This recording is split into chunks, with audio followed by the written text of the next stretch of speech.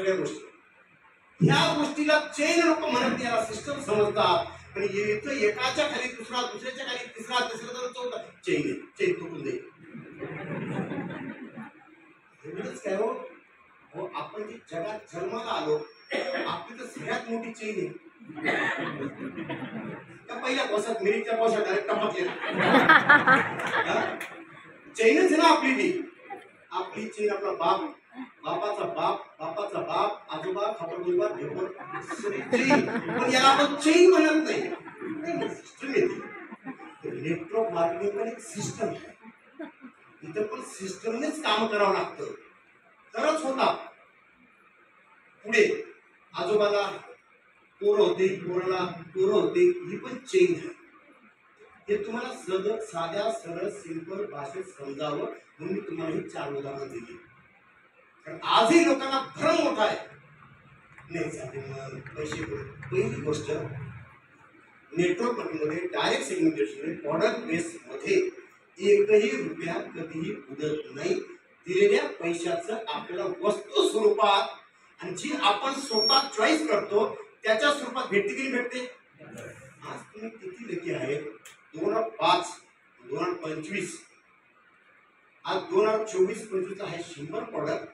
आणि त्यावेळेस आम्ही 100 लोकांना एकच प्रॉडक्ट द्यायचो सारखंच, सूट लेंथ.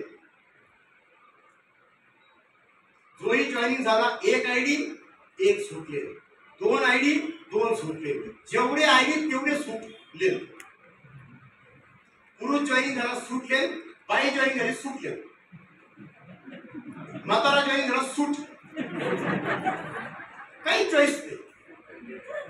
आम्ही त्यावेळेस 2005 मध्ये कंपनी सुरुवात होती, 2001 मध्ये फक्त आम्ही कॉन्सेप्ट सेल केला. प्रॉडक्ट तो बहाणा आहे, आम्ही तो पैसा कमाना आहे. प्रॉडक्ट कुठं पण भेटेल, आपल्याकडे पैसा असेल तर काही भेटेल. ह्या धर्तीवर एक एक प्रॉडक्टवर आम्ही सुरुवात केलं. तरी काही लोक काय समजतात, जे जुने लोक आहेत ना, लकी लकी किती लकी.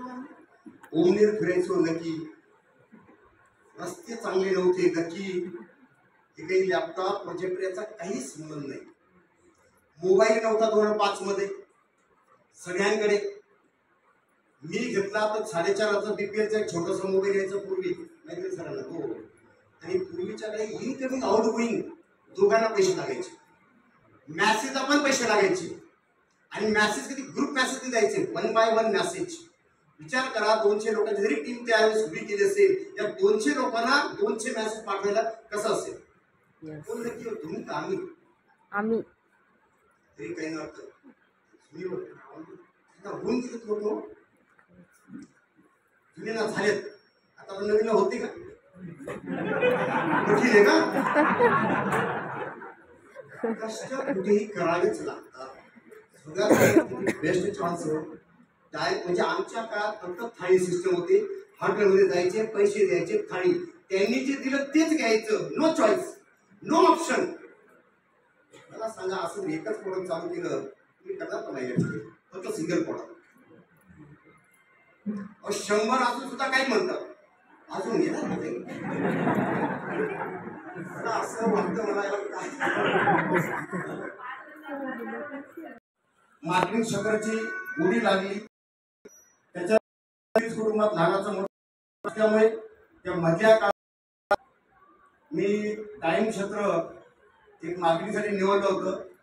अहमदाबाद, इंदोर, ज्या ज्या ठिकाणी मी जायचो तिकडे मी काही वस्तू आणायचो आणि त्याही मी गावोगावी विकायचो 93 मध्ये.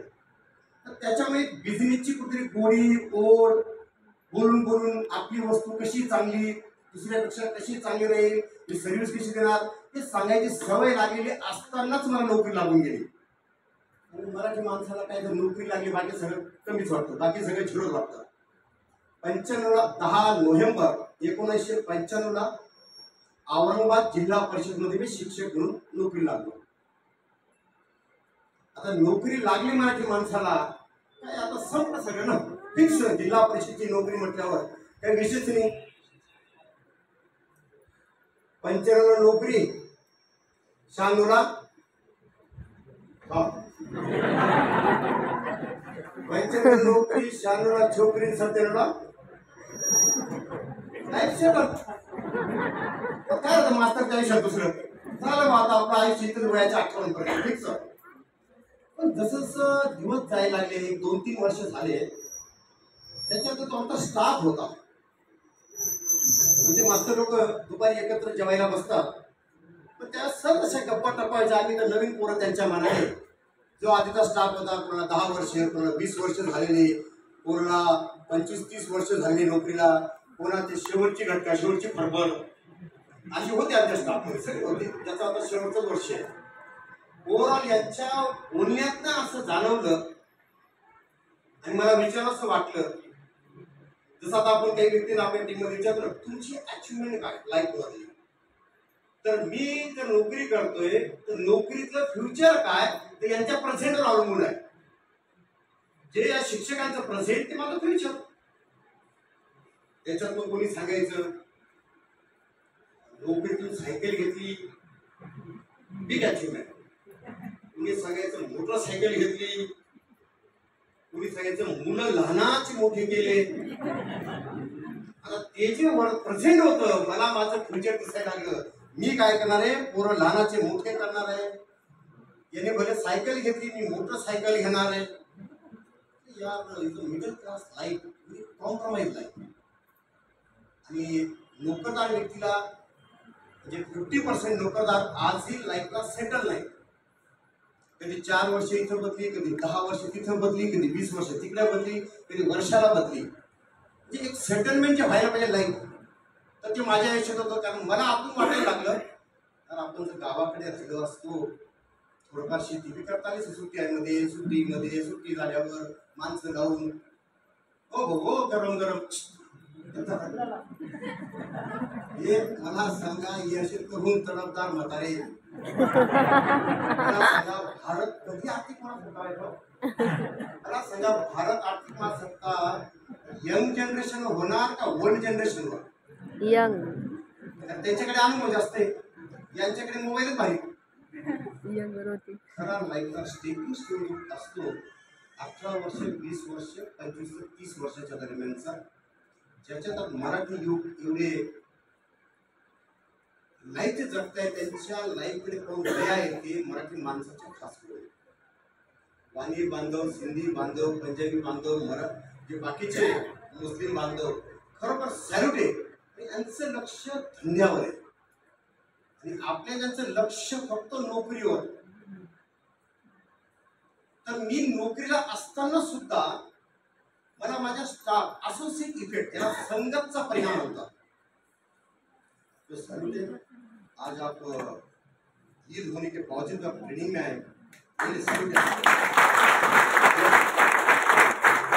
कहाँ से आए मालेगाव से. तर मित्रांनो नोकरी लागली तर मराठी माणसाला काही गरज वाटत नाही. तर मी त्यावेळेस साम दाम दंड वापरून जिल्ह्यात बदली केली.